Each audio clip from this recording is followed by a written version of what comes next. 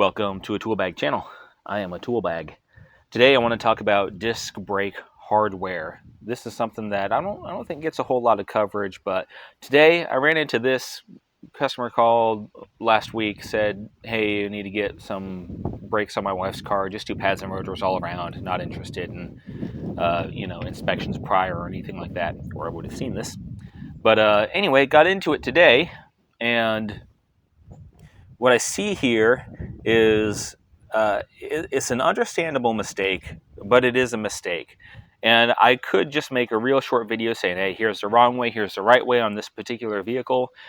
I think what I'd rather do is talk about hardware in general, how to think about disc brake hardware, and how to figure out from scratch what it's supposed to be doing and how it needs to be installed to do that. So if we think about how the brakes work, we have here our caliper. This is a pretty basic one, but the caliper has a piston in it, and that piston squeezes on these pads to grab that rotor and stop it from turning, therefore stopping the vehicle. When you let off, obviously you don't want it to keep grabbing that. So on some vehicles, just the rotation of the rotor will kind of nudge the pad off of itself. In some vehicles, you have little springs on the outer edge of the pad that pull it apart. On some vehicles, you actually have clips that insert clips on the brake pads that are attached to the caliper itself, and then the caliper then pulls the pad away just a little bit when it relaxes. On this one, the disc brake hardware is actually supposed to assist those pads. Let's look at what this hardware is doing right now. We have these springy arms that are on the outside of the pad. And I can see how somebody would think that, oh, it looks like it all fits, the pad just fits snugly in between them. But what that's doing is it's pushing the pads towards the rotor. This caliper does not need any help at all pushing those pads onto the rotor. The last thing it needs is any help in order to do that. It is up for the job. There is no doubt about that. This caliper will crush fingers and hands if you have somebody stomping the pedal while you got your fingers in there. It's not a question, a non-issue. This is doing a job that doesn't need to be done. It's totally redundant. What this is actually supposed to do, we're going to ruin this just getting it out of here just because of how it's been installed incorrectly. See these little notches right here? I could have showed you the new pad too, but anyway. See these notches right here? And it's a little bit, come on, focus. See that little notch in that taper right up there? These little feelers here, let's check the new pad.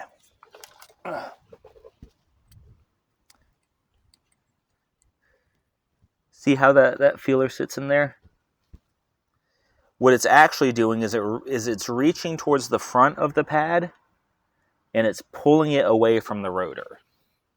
If you see how you think the hardware is going to be and you figure out this is doing something that is counterproductive, in this case, it's holding the pads to the rotors when you're not stepping on the brake pedal. Not enough to stop the vehicle, but enough to drag, enough to contribute to overheating of the brakes, to brake noise, to premature brake wear. It's doing all of these things just by squeezing those pads a little bit and keeping it kind of halfway on the rotor. It's doing something bad that way. That was not what it was designed to do. And so it seems counterintuitive that, oh, we have to squeeze these things all the way down and shove the brake pad on top of it. That's exactly what you're supposed to do, because when you look at it, that's what is doing the job of keeping that pad from just riding on that rotor that whole time.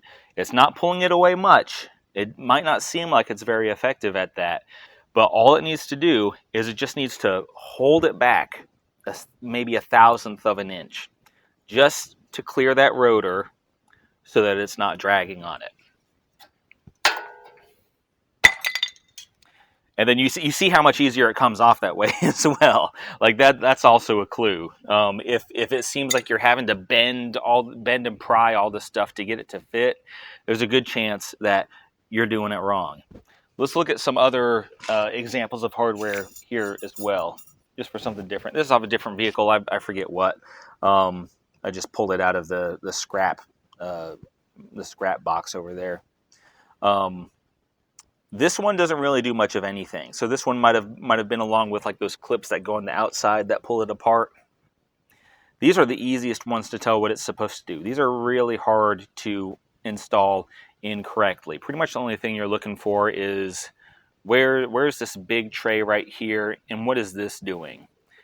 These little levers right here, you'll find them on almost all of these setups. All that's doing is it's basically for anti-rattle. It's holding the pad a little bit towards the outer edge of the rotor, and I don't think it would really make much difference whether it was holding towards the outer edge or the inner edge. But in this case, it's holding towards the outer edge of the rotor, and it's keeping just enough tension on it that you don't have the pad wiggle and shake around. If you were to, theoretically, if you were to install it this way or something like that, for one thing, that won't work because it's in the rotor. But then you have these are not. It's not serving any function, and that's also kind of a rule here. They're always going to push towards the outer edge of the rotor. You're not going to see hardware. At least I've never seen hardware that pushes it inwards. Doesn't really happen. Another one. Sometimes you'll have individual clips that go on each corner. So in this case, you have 2 main pieces of hardware. Sometimes you have 4 main pieces of hardware. It'll be a smaller clip like that. And usually they'll have a little tab right there. Now, these can be mistakenly installed with that tab facing inwards towards the rotor, and you can get noise issues that way too. Think about what this tab is supposed to do. It's not there for no reason at all. Look at that little one right there as well. What this is doing is it's giving the installer a guide to slip that brake pad in more easily. That way, because you can have the edge of the metal on the brake pad.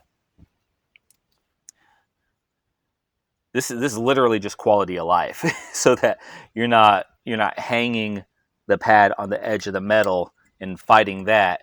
Instead, these little tabs, just by being just a little bit diagonal like that, they're just helping guide and slide it in to make it easier.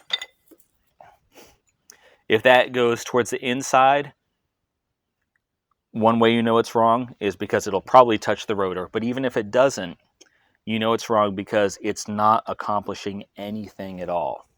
Sometimes you have them where they're bent straight down.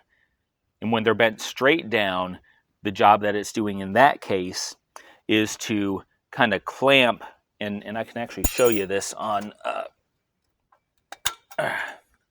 this one now.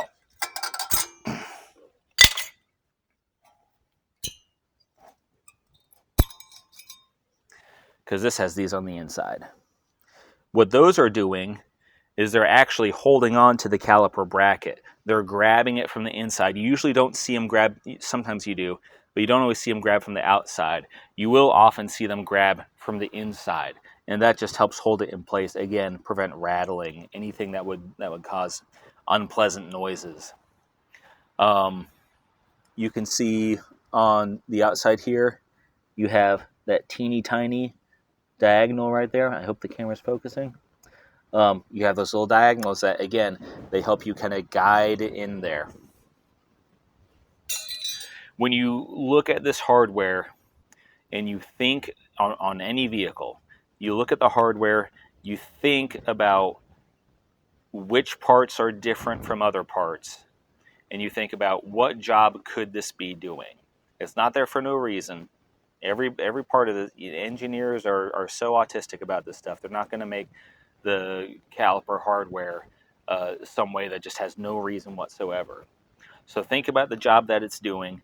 Think about if it's able to do that job in the configuration that you're trying to put it in, or if it needs to be a different way. If it's doing something counterproductive, like squeezing the pads onto the rotor, then even if it looks right, that's wrong. So that is what that's the stuff that I look for in here. I never assume that the last guy has done it correctly. Usually you'll be fine that way, but again, like today, there are exceptions. If I were to install this just the way the last person did, this would be coming right back to me very soon here with noise complaints, and I'd have to eat another brake job and figure out what's going on here. So anyway, that is all for today. Thank you for watching. Hope it helped. Have a good one, is what I meant to say.